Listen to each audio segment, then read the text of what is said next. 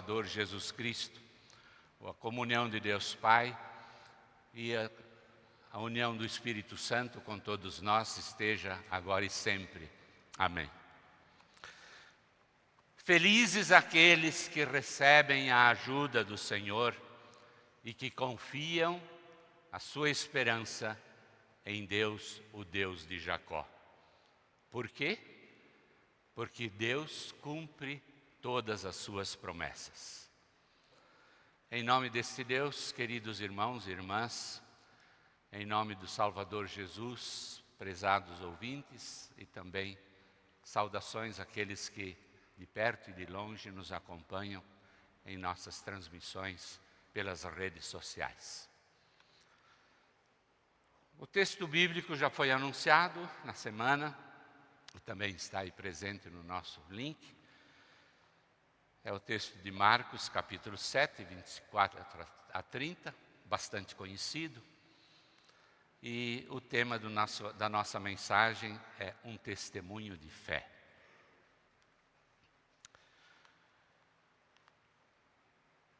Houve semanas, dias, no ministério de Jesus, que ele experimentou com muita intensidade também o peso da sua natureza humana. Eu não me refiro agora ao peso dos nossos pecados, ou dos pecados da humanidade sobre os ombros de Jesus, mas sim ao peso do cansaço, por ele empreender também um esforço extremo para ensinar, para debater com seus adversários, para curar enfermos, expulsar demônios, orientar os próprios discípulos e também atender às necessidades de toda uma multidão.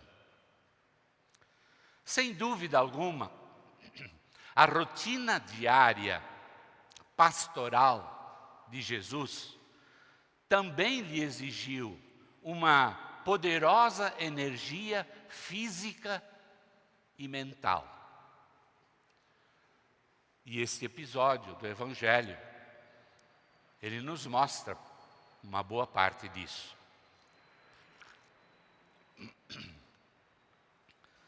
O Salvador e seus discípulos estavam sempre sob uma constante pressão e também sofriam a hostilidade dos fariseus e doutores da lei, que sempre azucrinavam o dia a dia de Jesus. O mestre então resolveu com seus discípulos se retirar daquele local e ir para as proximidades da cidade de Tiro, quase na divisa do Líbano, imaginando que numa região tão distante da capital, Jerusalém, as pessoas lá não o achariam. Lá Jesus, diz o texto, que ele refugiou-se numa casa, esperando encontrar uma certa privacidade e descansar. Porém, a sua mensagem era tão maravilhosa e as suas obras eram tão poderosas que jamais elas poderiam ficar escondidas ou ocultas, pois a fama de Jesus o precedia para onde quer que ele fosse. E eis que apareceu uma mulher, com seu coração totalmente atribulado, perturbado, despedaçado, e o encontra. Ela tinha raízes pagãs, era grega na religião, síria na língua e fenícia na raça. Ela não conhecia Jesus pessoalmente ainda, mas ela sabia que a missão primeira de Jesus era justamente evangelizar os judeus. Mas mesmo assim, ela o aborda com a intenção de receber dele, a qualquer custo, a ajuda e a solução na enfermidade de sua filha, dominada por um espírito maligno.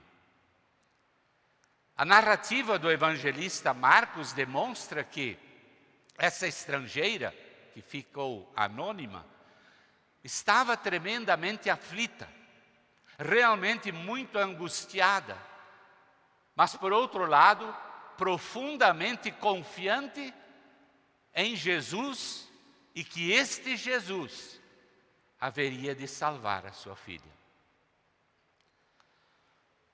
O pensamento dela e a sua atitude certamente foram uma demonstração do tamanho da sua fé.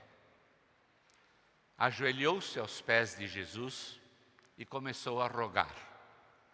Ela tinha a firme esperança de que somente aquele Senhor que estava diante dela é que possuía poder e amor para inverter toda a situação da sua menina. A sua oração naquele momento foi explícita. Ela estava convicta do que queria e ela demonstrou plena confiança naquilo que ela pediu. Segundo o relato do evangelista Mateus, que também conta essa história, inicialmente Jesus parece que a ignora, não responde nada. E esta situação torna-se um pouco mais constrangedora, ao ponto dos discípulos sugerirem a Jesus para que ele a mandasse embora. Pois ela está vindo atrás de nós, disseram, fazendo muito barulho.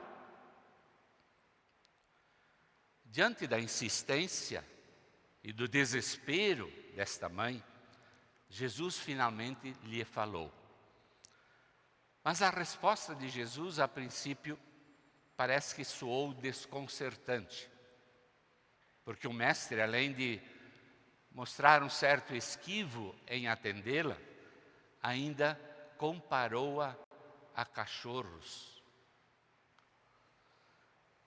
Mas essa resposta aparentemente indelicada de Jesus merece um comentário a mais para entendermos. A comparação a cachorros, embora direta, ela não foi uma indelicadeza de Jesus, jamais. Jesus não era capaz disso. É que no ambiente judaico antigo, o cão era associado à impureza ritual e à indignidade. Portanto, a resposta de Jesus refletiu justamente o que os próprios judeus daquele tempo pensavam dos não-judeus, dos ímpios. Como Jesus, em sua onisciência divina, conhecia a qualidade da alma daquela mulher, ele, com esta atitude, desafiou-a a amadurecer na sua fé e deu-lhe oportunidade de fazer um testemunho público da sua grande fé. Assim, numa tacada só, o Salvador Jesus não só intencionou encorajar esta mãe a transpor dificuldades, a transpor barreiras, a transpor impedimentos para chegar até ele, como ao mesmo tempo ele expôs e manifestou publicamente a sua missão pastoral, que era socorrer tantas ovelhas perdidas da casa de Israel, quanto as ovelhas perdidas do mundo gentílico.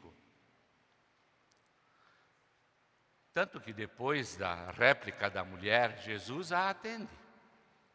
E houve, como vocês sabem, um final feliz. É que Jesus conduziu este diálogo de uma maneira extraordinariamente sábia. Ele não deixou de focar a sua missão junto ao povo judeu, mas ao mesmo tempo, ele não deixou também de compadecer-se profundamente das necessidades daquela mãe e, de modo especial, da sua filha. Como era bem do seu feitio. Ele não perdia nenhuma oportunidade e sempre ensinava valores eternos a quem quer que o buscasse, sendo judeu ou não judeu. E na verdade, no fundo, desde o início, Jesus queria ajudar esta mulher. Mas ele procedeu desta forma para evidenciar prioridades. E assim Jesus provocou uma manifestação pública da fé daquela estrangeira, fé que ela tinha e que excedia em muito a própria fé dos israelitas. Desta tarde, Jesus pré-anunciou salvação aos gentios de forma perspicaz e até um tanto velada, já que o objetivo, mais tarde revelado, contrariaria toda a cúpula religiosa judaica, cujos integrantes se consideravam filhos de Abraão e achavam-se que eram os destinatários exclusivos da graça divina.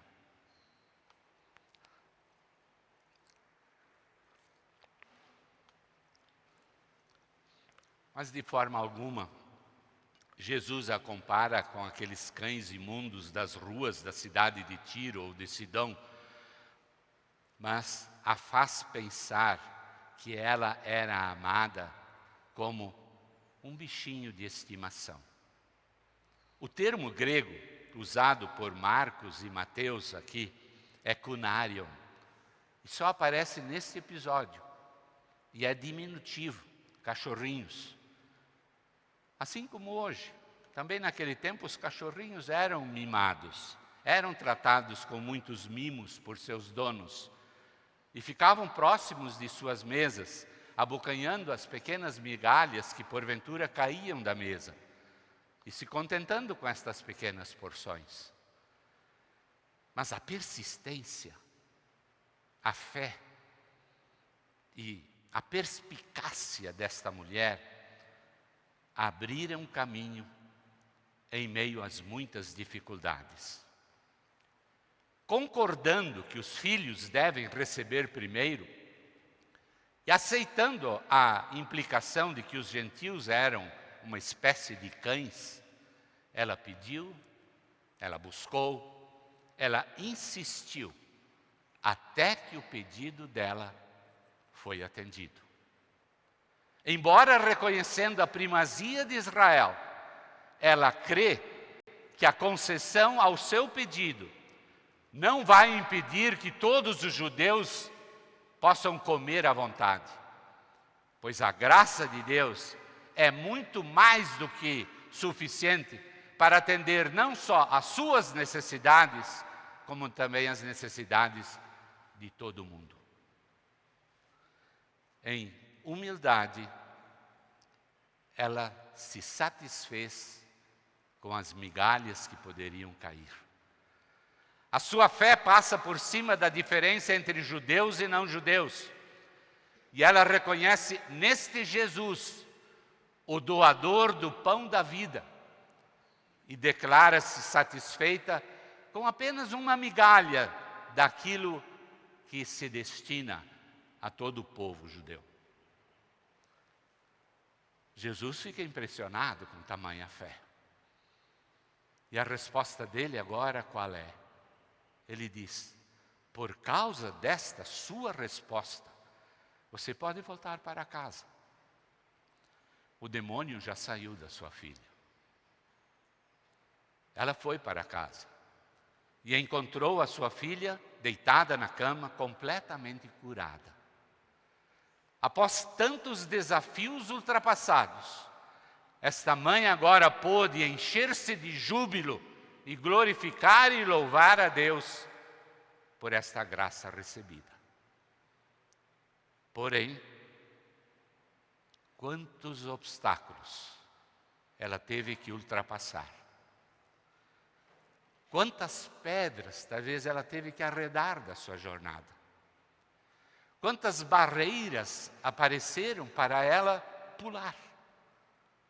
Quantos nãos ela deve ter ouvido ao longo dessa caminhada, para então ouvir um sim, amoroso e fiel. A primeira barreira que ela sem dúvida enfrentou foi a cruel enfermidade da própria filha. Desde pequena, possuída por um demônio, isso a atormentava terrivelmente, não só a filha como a mãe. Por quanta dor e por quanta aflição ela deve ter passado, dia após dia, semana após semana, mês após mês, ano após ano. Depois, ela teve de enfrentar a oposição dos próprios discípulos de Jesus, que se queixaram junto ao Mestre, por ela estar lhes importunando com seus gritos. Mas o seu amor materno não mediu esforços e sacrifícios. Ela vai em busca de Jesus, o médico do corpo e da alma, e ao encontrá-lo cai de joelhos e clama por socorro em favor da sua filha. Outra barreira foi a sua própria nacionalidade. Ela era gentia, separada da comunidade de Israel, o que lhe trouxe ainda mais dificuldades com o silêncio de Jesus a princípio. E depois ainda ouviu dele para que ele tinha sido enviado, em primeiro lugar, para os judeus. E ela era estrangeira. A sua fé, porém, a levou não somente a persistir na sua súplica, mas também em adorá-lo como seu Senhor e Salvador. Portanto, nem Jesus intencionou diminuí-la em sua dignidade humana, e nem tampouco ela mesma se sentiu vítima de qualquer indelicadeza da parte do seu Senhor. Meu querido ouvinte, esta mulher deve inspirar a sua e a minha fé também. O Salvador Jesus Cristo, Ele também está escutando o seu clamor, o meu clamor, a sua prece, a minha prece, a sua oração, a minha oração, a sua intercessão, a minha intercessão. Cada um de nós tem as suas aflições. Cada um de nós tem as suas necessidades, angústias, dores, problemas, aflições, dúvidas. Possivelmente já aconteceram situações em nossas vidas semelhantes. Talvez outras muitas ainda vão surgir na nossa vida. Provações, problemas, angústias, perdas. E que nos jogarão de joelhos frente ao Salvador Jesus. Lembremos-nos, então, que estas situações difíceis na vida justamente nos dão oportunidades de um amadurecimento na fé, de uma evolução espiritual. Porque justamente em tais momentos de angústia é que nós nos sentiremos ainda mais próximos de Deus, ainda mais acolhidos em seus braços e teremos ainda mais intimidade com o Salvador Jesus. Nós podemos e devemos partilhar todas as nossas situações com o Salvador Jesus, assim como fez esta mulher cananeia, que Marcos e Mateus deixaram ela anônima, talvez até para que cada um de nós desse o nosso nome para ela. E não precisamos ficar preocupados se aparentemente Jesus não está respondendo logo os nossos anseios e pedidos. A sua resposta pode não vir de imediato, mas tenhamos plena certeza de que Jesus está escutando cada um de nós. E o que parece demorar hoje é para ser uma lição para o nosso amanhã. E ouçam ainda as palavras que o apóstolo Paulo registrou aos Romanos, e que também nos serve nesse momento. Ele diz lá em Romanos 8:26, também o Espírito de Deus vem nos ajudar em nossas fraquezas. E com gemidos que não podem ser explicados por palavras, Ele pede a Deus em nosso favor. Não é isso maravilhoso? O Espírito Santo, Jesus orando junto ao Pai por nós. Eu não sei qual é as provações que cada um de vocês estão atravessando no momento, na sua vida pessoal, familiar, profissional, geral. E mesmo que soubesse e quisesse, eu não teria poder para resolvê-la. Mas permita-me lembrá-lo, Deus sabe disso. E Deus pode. Então, confie nele. E quando você menos esperar, você verá e sentirá a sua resposta. Não se perturbe com as oposições e situações adversas da vida. Lembre-se de que Deus é aquele que sempre está do seu lado, sem olhar circunstâncias. E que este seu Deus, para Ele, não existe nada de impossível. Portanto, acomode-se a esta mesa de banquete celestial. É um banquete de Deus que Deus nos oferece. Viva a redenção que o Salvador Jesus Cristo lhe conseguiu plenamente. Concentre-se em tudo aquilo que Jesus já fez em seu favor e que agora está lhe oferecendo através da palavra e dos sacramentos, batismo e santa ceia. Aceita o convite de Jesus, vinde a mim. Assume um compromisso com Ele. Dedique-se à oração, à leitura bíblica, ao serviço cristão e então sinta o melhor de Deus em sua vida. Porque felizes são aqueles que recebem a ajuda de Deus e que põem a sua esperança no Senhor, porque Ele cumpre aquilo que Ele promete. Amém.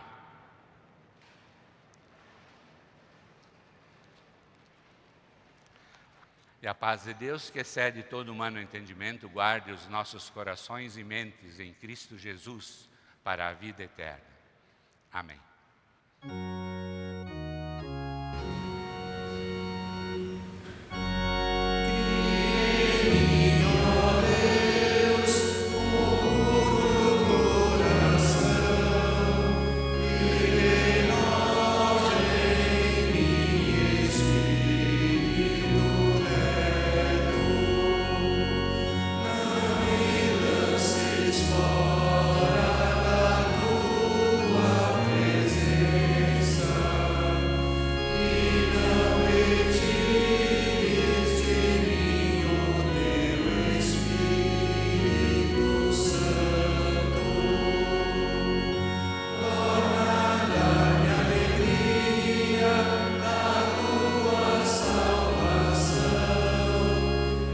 Sustenta